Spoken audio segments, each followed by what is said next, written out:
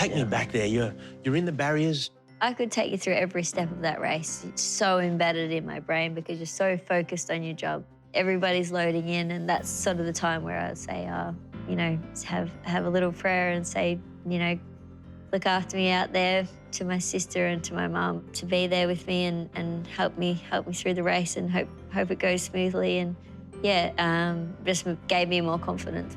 Then we were ready to go and the gates crashed open and Prince walked out of the barriers. Walked out? His first step was like a walkout, and I was like, oh, well, what's the start in the Melbourne Cup? We're on barrier 1. We're not going to even be able to use this barrier. I had to somehow get him into the position. So at this point, everybody's coming across to get to the inside, so it's dangerous. But thankfully, it worked out pretty well where Prince was able to maintain the position I wanted. From that point onwards, I just had to get into settle as best I could. It's a 2-mile race. It's a grueling test of any horse. I was following Max Dynamite, who was following Criterion, who in our plan was, you know, to stay following them until we got into the straight. A run opened up to the outside of those two. I had about a split second to take the chance to take that gap. Here's Prince of Penzance coming on down the outside. Prince of Penzance from Michelle Payne. Now Max Dynamite. It all actually worked out just perfectly, like it was meant to be. And you know, when Prince of Penzance sort of hit the front at the 300, I was like, is this really happening? Like, is this, you know, my dream from years and years, from when I was 5 years old? Here I was about to win the Melbourne Cup, and I think the last 200 metres, he didn't even have to feel me on his back. I was floating. It was just the most incredible feeling you could ever imagine in your life. And when I went over the line, I just was numb. Like, it was just like, he couldn't imagine, like, all my dreams had come true. Wow. I see that even you retelling it, how it affects you. Yeah. Yeah. Prince of Penzance, it's history in Flemington, Michelle Payne. Prince of Penzance beat Max Dynamite. Michelle Payne has created history in Flemington, the first lady to win the Melbourne Cup.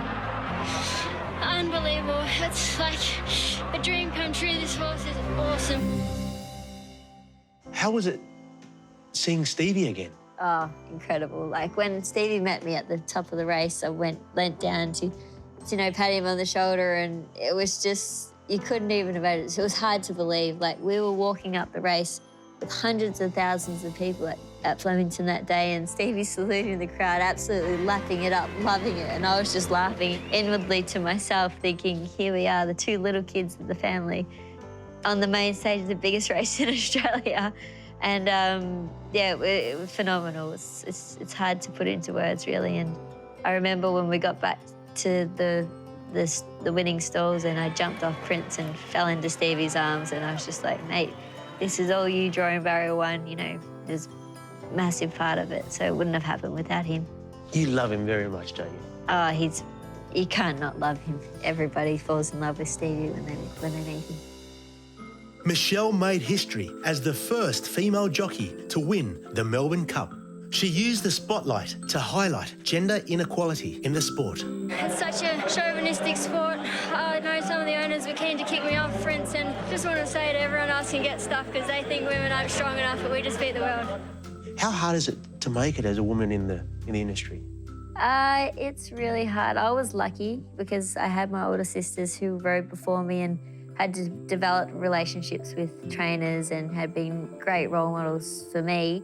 I also was really lucky to have Dad in that sense because he was just like, you know, the girls are as good as the boys, they just need the opportunities. And he always used to say that. And I just thought, well, I was growing up with that, so I just believed him and thought, yeah, we are. And, you know, we just need to try hard and if the opportunities come, make the most of them.